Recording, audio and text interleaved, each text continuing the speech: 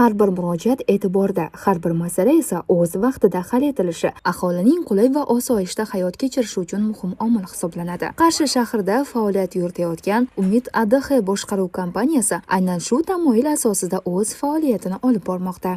Bizning Umid ADX boshqaruv kompaniyamizga 14 ta ko'p qavatli uylar qarashli bo'lib, hozir u uylarga kuz-qish mavsumiga tayyorgarlik ishlarimiz davom etyapti. Boshidan birinchi navbatda aholimizga qiyinchilik tug'dirmaslik uchun kanalizatsiya qismlarini to'g'irlab chiqqanmiz. Podvallarimizga svitlar qo'ydik. O'zi boshqaruv kompaniyaga ko'proq bo'ladigani shu tomimiz, podvalimiz. Muammo ko'proq tug'iladi.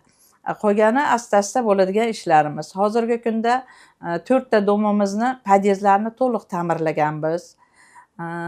2 ta uyimizni fasadlarini qildik. Kompaniya mutaxassislari aholidan kelib tushayotgan murojaatlarni tezkor ko'rib chiqib, yuzaga kelayotgan muammolarni bartaraf etish ustida muntazam ishlayapti. Muhandislik tizimlarini soz holatda saqlash, umumiy foydalanish hududlarini esa tartibga keltirish va xizmatlar sifatini oshirish doimiy e'tibor markazida. Mahallamiz juda obod, go'zal bo'lib kelyapti. Mana yangi qurilishlar, mana Navro'z bayramlari, qanaqa bayramlar, tadbirlar bo'lsa qatnashib kelyapmiz. Shirkat raisimiz boshchiligida qilib kelyapmiz. Qo'yganmiz kodeviy zamoklar, har bitta xonadonga jetonlar qilib berganmiz.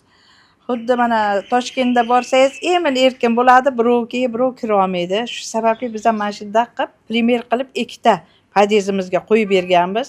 Hozircha yaxshi. Undan tashqari qo'riqlash bilan shartnoma tuzib, aholiga tashish tugmalarini qo'yib berganmiz.